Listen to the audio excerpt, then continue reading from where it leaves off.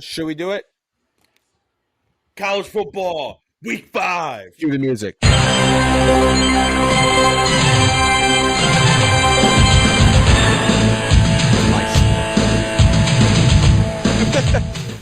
First game, Michigan State at Maryland. Maryland favored -8, over under at 59. Casey, what are your thoughts? I put some notes in here, but go ahead and give your thoughts first. I mean, I don't like the game. See, it's like I feel like Michigan State can stay within 8. I do too. But I just don't know. I don't know. Yeah. I don't know. After last week, it's everything about Michigan State. It's in the trash can right now. Yeah. Well, the last 2 weeks haven't been good. Yeah, the last 2 weeks have sucked. So, fuck it. I'm going with my gut. Michigan State +8. Yeah, I agree with that. So under 59. I got the under as well. Maryland really struggles to stop the run. We saw that last week against what we already knew was a potent Michigan offense. But they really struggled. Blake Corum ate them up. Maryland's 54th in the country in rush allowed, 101st in power success, and 90th in rushing explosiveness. And then Michigan, this plays right into MSU's hand. MSU ranks top 5 in the country in rushing success rate and rushing explosiveness. So it sounds like the strengths of Michigan State's team are going to play right into the weaknesses of Maryland's team. Hold on. Sorry. Update on Tua. He's conscious and has movement in all of his extremities. So that's a good sign. Yeah. Sorry to cut you off. No, you're good. You're good. I saw that and I felt like we should, since we said we're we will for sure. I have no problem with that. Updates right there. So yeah, looks like everything is. Well, I mean, he's alive. He's moving. He's moving. He's not paralyzed. Yeah. So I mean, when you just see someone carted off and they don't move and like they don't give like the thumbs up, it's scary. You don't know what. Yeah. What happened? I don't see the hit, so I mean, I don't know. It was tough to see it. My guess is obviously it's probably. I had a buddy text me. He said Tua got fucked up. Yeah, I didn't see the hit though. All my group convos are. I mean, if you go on Twitter right now, it's just all Tua's trending, obviously. Right. So I was saying that Michigan State's strengths play right into the weaknesses of Maryland. Michigan State also owns the 4th best run blocking grade in the country per PFF. And as poorly as Peyton Thorne has played this year, Michigan State's still only 42nd in passing success rate, even with his terrible numbers. Last year, State forced Tua's brother,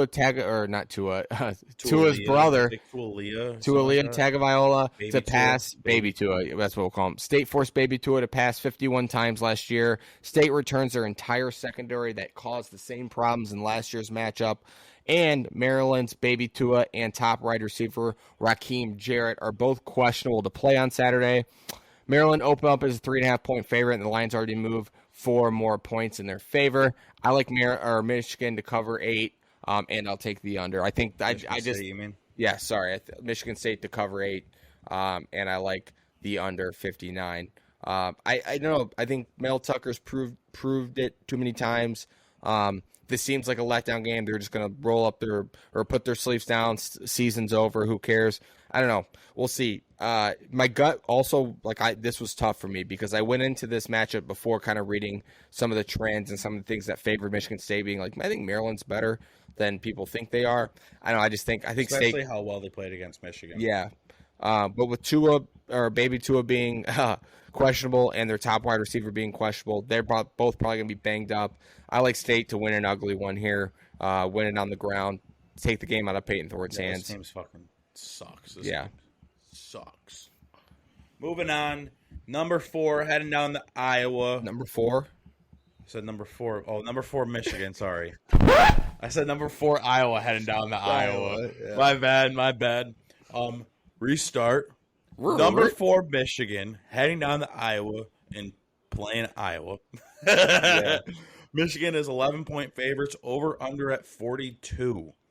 Jim Harbaugh said, was it earlier this week, that Kinnick is where top 5 teams go to die. And here's a couple of stats that support his comment. Iowa is 5-1 straight up against top 5 teams at home. They are 6-0 against the spread. Kurt Ferentz. I always fuck up his name. Yeah, you're Kurt good. Ferentz is 5-0 at home as double-digit dogs. Yep. Dating back 2009, Iowa's won 4 consecutive home games against Michigan. Harbaugh's only lost one of those, and that was in 2016 when the Hawkeyes beat number 2 Michigan 14-13.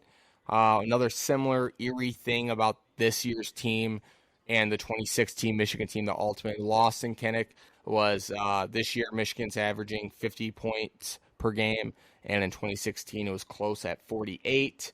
Iowa has knocked off a ranked opponent at Kinnick Stadium 7 times in the last 6 years. All things lead to believe that this game should be close. Yeah, I think this is a trap game for Michigan. I'm not saying they're going to lose, but Michigan recognizes that's a trap game, so that's what it's that's where it's like if Jim Harbaugh's saying this, he can get his boys ready, and they can. I can see it can go one of two ways. Michigan's going to win by 50, or Michigan's going to win by less than a touchdown. Yeah, I see that exactly. I don't see this being a 24-14 game. It's either going to be 14-13 or Michigan's going to win 42-6. You know what I mean? It's going to be one of those things.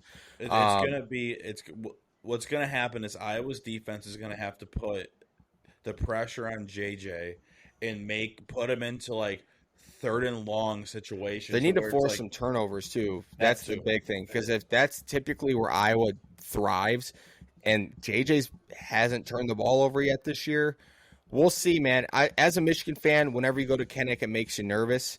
But I will say this: I'm not touching the game. I will watch it. I will enjoy watching it, but I can't touch it. The over-under scares me because it's like Casey just said. The over-under set at 42. Michigan could realistically get there by themselves. They also could, win in a absolute dogfight. Right, I could see that. I could easily see that. I mean, I'm just gonna go Iowa. That's what my gut tells me. That they're gonna cover 11. No, See, dude, no, I know, dude. It's tough. You can't, Casey. I can't do this. Casey just put a note in the thing for me to watch my legs. Sorry, guys. My bad. You don't have to say it. That's why I put it in there. You should have just reached over and been like, dude, you good? No, I mean, I could have, but I didn't want to embarrass you. No, you're not embarrassed. They can all see it. I'm already going to be embarrassed about it. I'm going to put like like in those mob movies. What we'll do is just that little gap between these two, just block it off. Well, I say, in the mob movies when like someone's like giving a statement, they like blur out their face. So, like, you don't know who's talking. I'll just blur out my legs. No idea what's going on down there. You know what I mean? But yeah, it's like when I say my gut tells me Iowa, but like then I'm like, no, because I can see fuck it. Iowa plus 11. Iowa plus 11 under 42. Okay. Let's do this. Let's do this, people. Iowa unders are 3-1 this year. Yeah, they are. 3-1.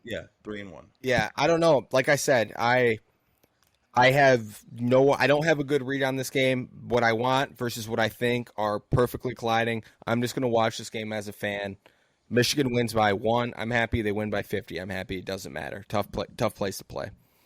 Although JJ does need to play better this week than he did last week. And for sure. Another stat is, so like that 5-1 record that they have at home, people are like, well, it's not a night game in Kinnick. Okay, well, those 5-1 games that they had, those 6 games, like the 6 games where they went 5-1 against top 5 teams, they were all like 3:30 games. Are you talking about how they're 5-1 straight up against top 5 opponents? Yeah, Okay. because some people are like, well, it's a noon game, so it's like, okay, well, if it was a night game, then we would go Iowa. Okay, well, those games where they're 5-1 against top 5 teams, not all those games were night games. Well, in 2016, when number 2 Michigan went there, it was a night game, and I know this one's not. I don't think that matters for. I don't think that matters. That's what I mean. That. Oh, so we're okay. Yeah. For Kinnick is they're whether it's night or not, they're still a tough place to play. Yeah. Next game, number 7 Kentucky heading to number 14 Ole Miss. Ole Miss's favorites -7. The over/under is at 53.5. This is a tough game to get a read on. Yeah, just because Ole Miss has a pretty good D line, and they get after the quarterback. Yep. And Kentucky's O-line is not the best. I heard that I read something that Will Levis got sacked 16 times this year. Okay. And that's 4 games into the year. So I mean that's average of 4 a game, and that's not nothing. It's not that great. And if you have a team like Ole Miss that can get to the quarterback, and I heard they have a really cool helmet they're wearing this year or this week. Did you hear what Lane Kiffin had to say about the fans? No. So he basically called out the fans in a press conference this week. Said it's hard for their players to get excited and get up for games when it feels like they're playing in front of a high school. Like basically said, no fans are going to games, I guess. So calls them out. I don't know if that's gonna result in one or two ways, which I hate that saying because most things result in one or two ways. But they're either gonna be packed and ready for Kentucky, or they're gonna say "fuck you, Lane," and no one's gonna show up. I wouldn't show up Just to boycott it. Just because fuck you. I just don't think they've played anybody. So I don't know that there's been this is a massive matchup, a top 20 matchup. I'd bet Ole Miss is packed. They've always had a good college game day tradition there. He went out to say, I've tried everything. I've tried social media to engage our fans for everything. He goes, nothing works. So we just try to keep our head down and, keep going to work. But it does suck, I don't know if that's a pretty passive-aggressive way to go after your fan base. I don't love that. So we'll see what happens there. Ole Miss can run the football. They're averaging 5.8 yards per carry and 280 rushing yards per game, over 3 rushing touchdowns per game. But Kentucky's run defense has been solid. I think that's the matchup to watch here. They've only held opponents to 140 yards. They've held opponents to only 140 yards and only 3 rushing touchdowns all year. 140 yards per game. Only 3 rushing touchdowns total all year. Will Levis has played well, almost 300 yards passing per game, but they haven't been able to establish the run. Kentucky hasn't. So we'll have to see what happens. Ole Miss has a good pass defense, and like you said, they get after the quarterback. This is a tough one, man. I lean Kentucky because I think overall they're a better football team, but I have no idea the type of environment they're going to walk into in Ole Miss. That's what I'm leaning towards is Kentucky. I just don't see Ole Miss winning by more than a touchdown. Yeah. Yeah, I'm gonna go Kentucky. I'm also gonna go the under. I'm taking the under. I think both teams are gonna try to control the run. I don't see Ole Miss. There's been some games in the past where Ole Miss has scored 5, 6, 7 touchdowns, and it's been explosive and electric. That's not this year's team. I think both teams are gonna try and control the clock and keep the game. I don't think the hurricane should affect this one. If anything, just a little rain. Yeah, I was gonna say yeah. This next game, I love. Number 2, Bama, heading out to Arkansas and playing number 20 Arkansas.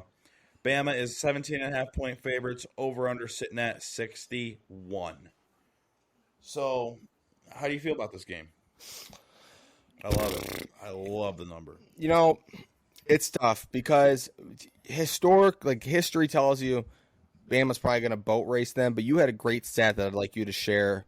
I don't know if you remember it, the Bryce Young stat. I don't remember it, but pretty much to the effect you can kind of get an idea. Pretty much to the effect that he's only been on a real true home road environment 5 times. 5 times, and I think every game has been within 3 points, and they have about 15 to 20 penalties a game. Yeah.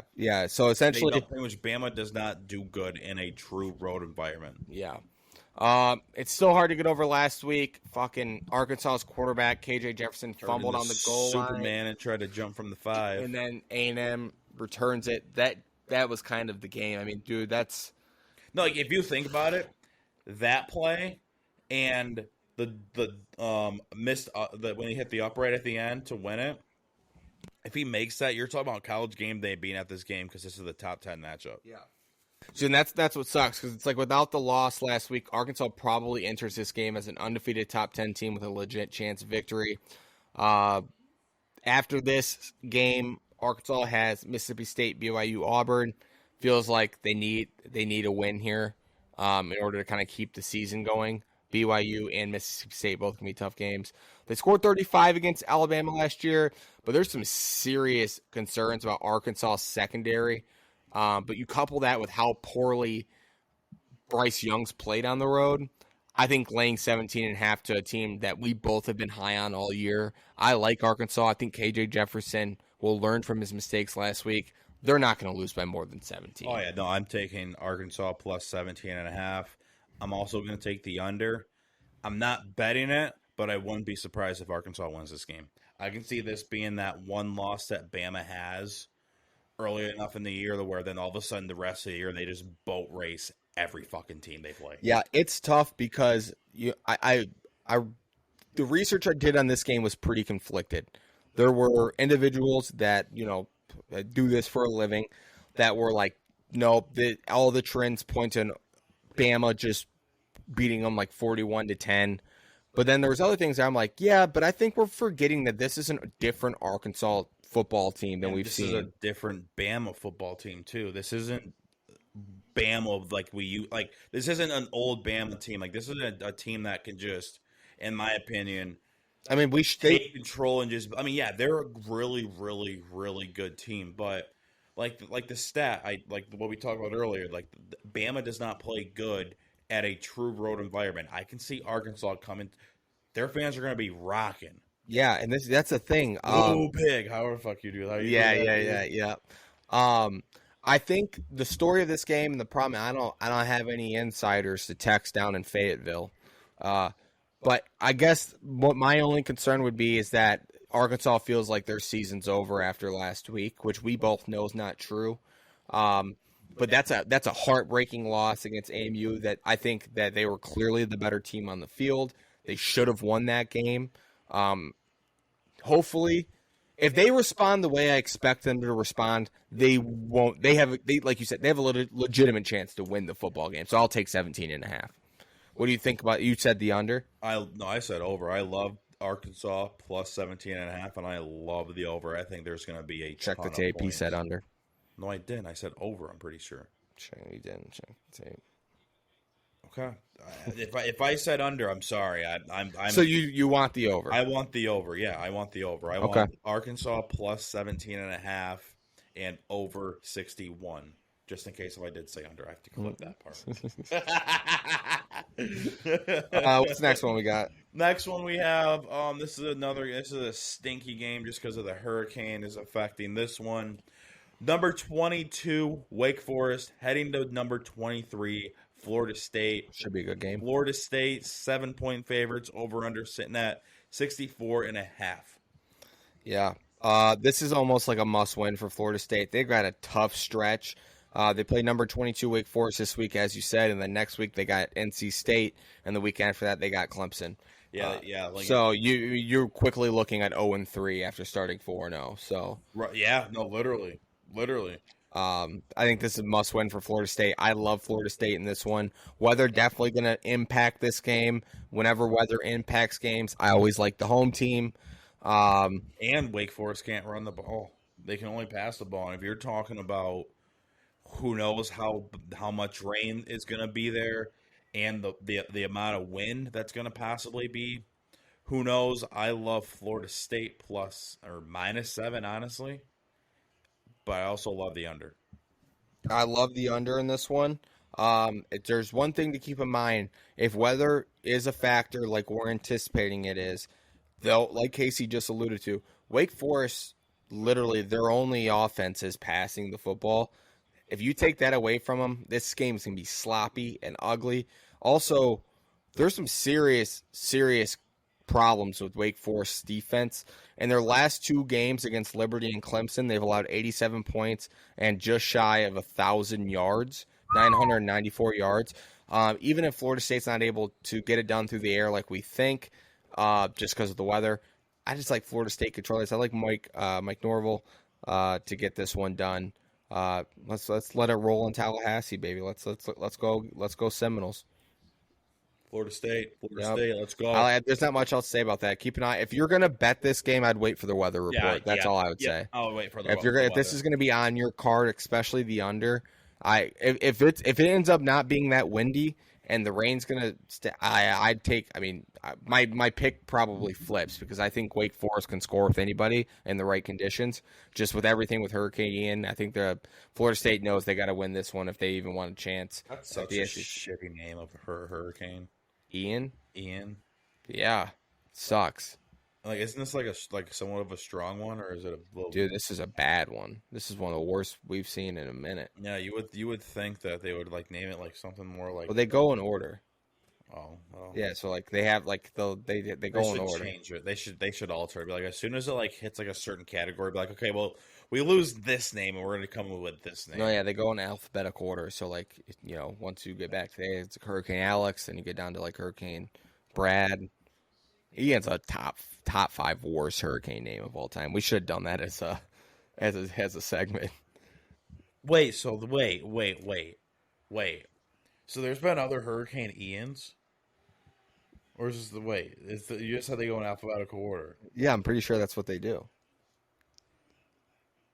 Huh. I think so. I could be totally wrong. I'm pretty sure if I'm not mistaken. No.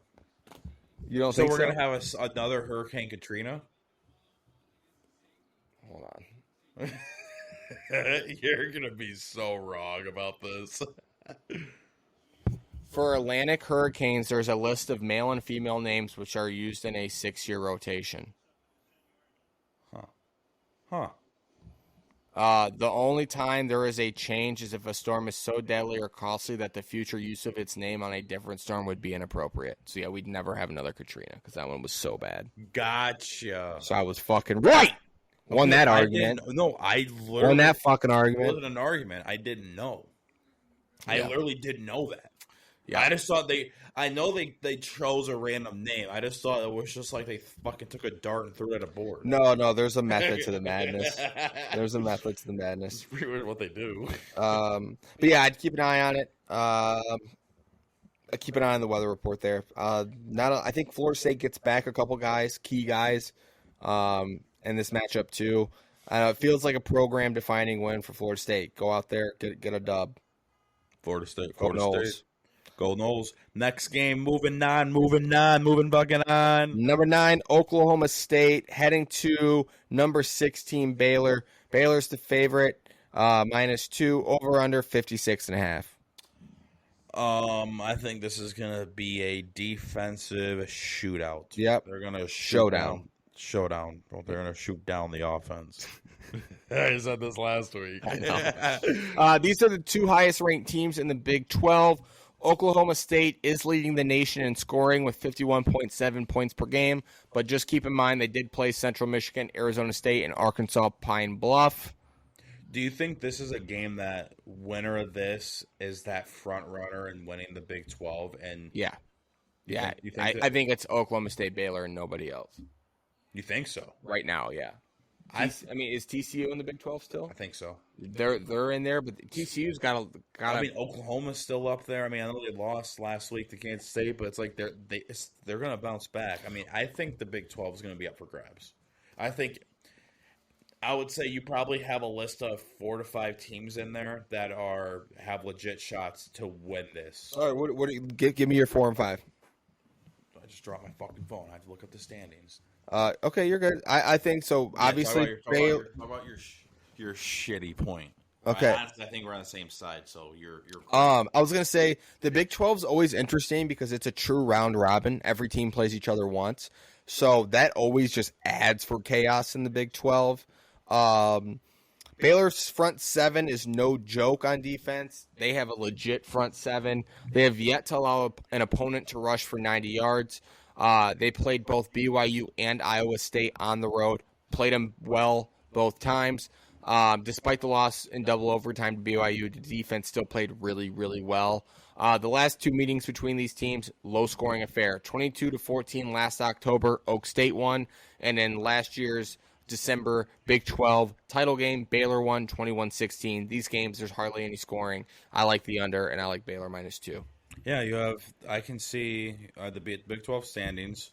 Baylor, Kansas. They're okay. They're obviously not going to be there by the end of the year. Kansas, Baylor, Tech, Oklahoma, OU, TCU, K-State.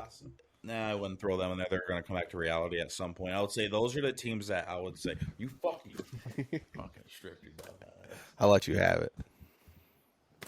Look at that. Someone. You fucking good, dude? Are you fucking good? Get home. Are you fucking good? Get home.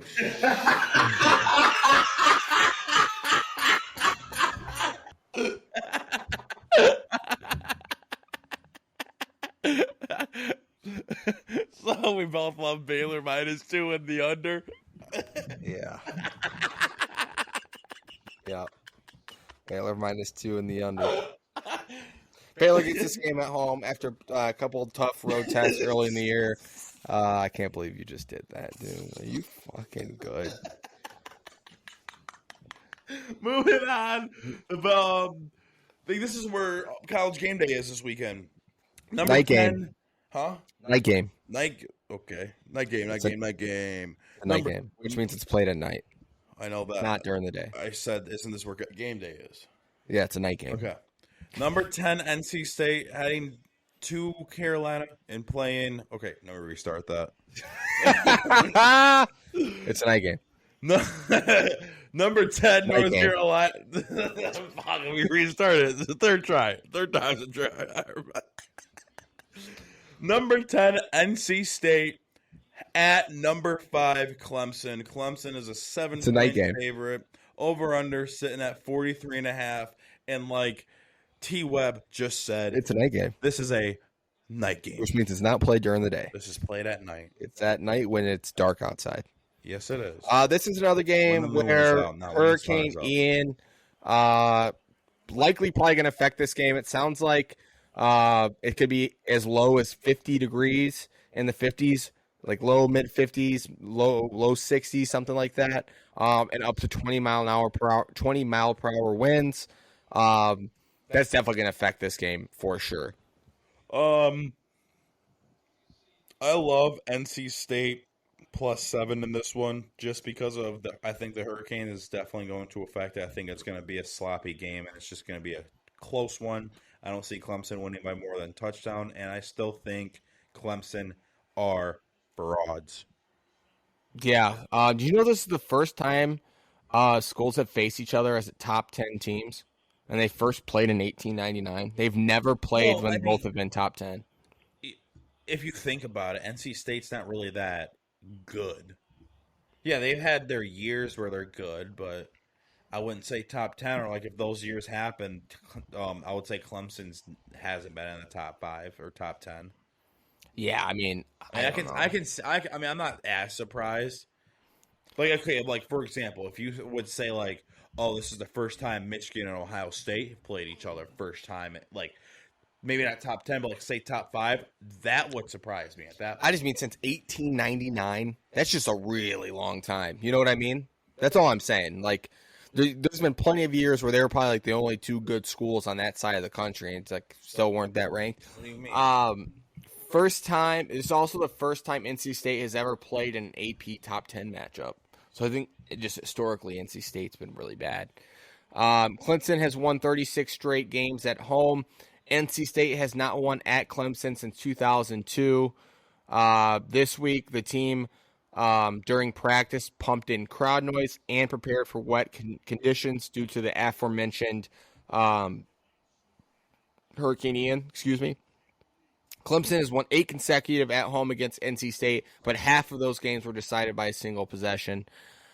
NC State's defense is legit. Last year, when NC State played Clemson's quarterback, the Ukulele, is that his name?